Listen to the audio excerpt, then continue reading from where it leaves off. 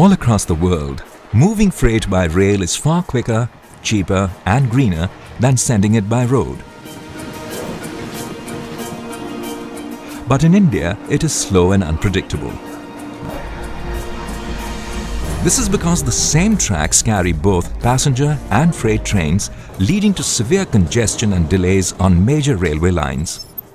And costs are amongst the highest in the world.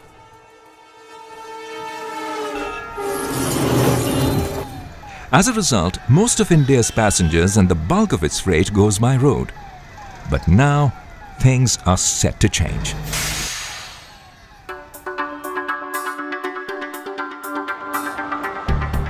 The Indian Railways is building 2 world-class rail corridors that will exclusively carry freight across the country.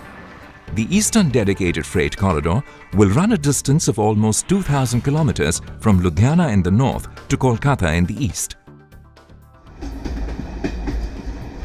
This electrified freight-only corridor will pass through the states of Uttar Pradesh and Bihar, bringing jobs and much-needed development to some of India's poorest regions.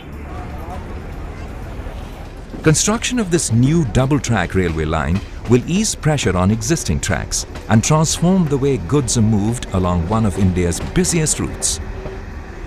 The corridor is being built using state-of-the-art technology and modern management and procurement approaches on a scale that is unprecedented in India. For the first time in the country, rails of a quarter-kilometer long are being laid using the latest automated technology.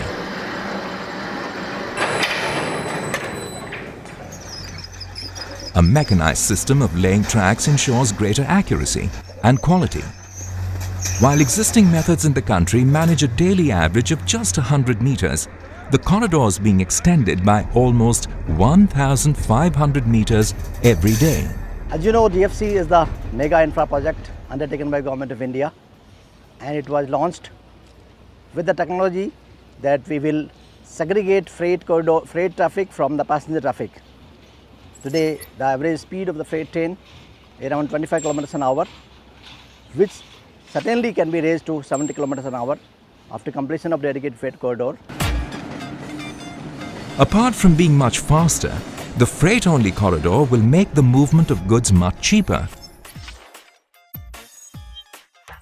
and more efficient.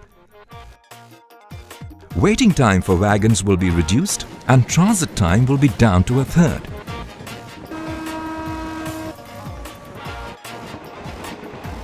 Moving freight from road to electrified rail will also consume far less energy and substantially reduce greenhouse gas emissions. First of all, freight on rails is much more efficient than freight on trucks, which is where much of the freight goes now. It's more reliable, produces fewer greenhouse gases, less pollution, uses less diesel fuel. By building this project and moving the transport from the roads to the rails, India will not just be more efficient, but also more environmentally friendly. The corridor will make industries more competitive, manufacturers will be able to meet the tight delivery schedules demanded by export markets on time, and the Make in India initiative will receive a boost. With freight travelling along different lines, passenger services in the densely populated Lower Ganges basin will also improve, benefiting large numbers of low-income travellers who rely heavily on the railways for affordable travel.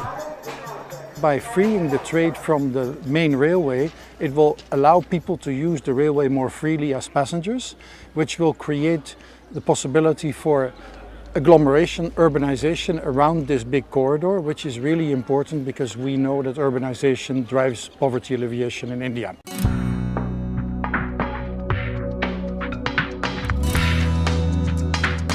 The experience gained in implementing a project of such magnitude and complexity will enable the Indian Railways to create one of the largest freight operations in the world.